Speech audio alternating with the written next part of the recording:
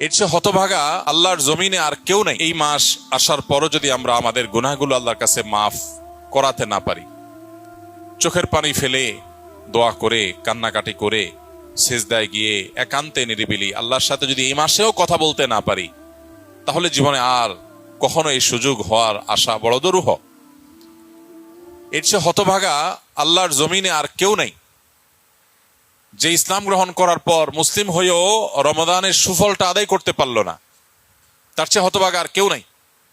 এই জন্য শুধুমাত্র এই গতানুগতিক সিয়াম আর তারাবি নয়, বরং এর পাশাপাশি আল্লাহর কাছ থেকে গুনাহগুলোকে মাফ করাবার জন্য আমাদের বিশেষ প্রচেষ্টা থাকতে হবে। ইফতারের আগে চোখের পানি ফেলে কায় মনোবাক্যে দুহাত তুলে প্রাণ উজাড় করে আল্লাহর কাছে আমরা দোয়া নিবেদন করব, এবং সাহরি খেতে উঠলে ভোর রাতে তখন দোয়ায় মনোনিবেশ করব, চলতে ফিরতে উঠতে বসতে আল্লাহকে স্মরণ করব, মোবাইলে সোশ্যাল মিডিয়াতে বিভিন্ন চোখের জেনা কানের জেনা বিভিন্ন রকমের যে গুনাহগুলো হয় সেগুলোর পথগুলো সব বন্ধ করব ইনশাআল্লাহ।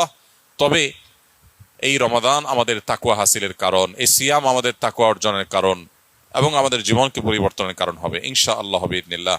আল্লাহ রাব্বুল আলামিন আমাদের সবাইকে এই রমাদানের সর্বোচ্চ সদ্ব্যবহার করার তৌফিক দান করুন।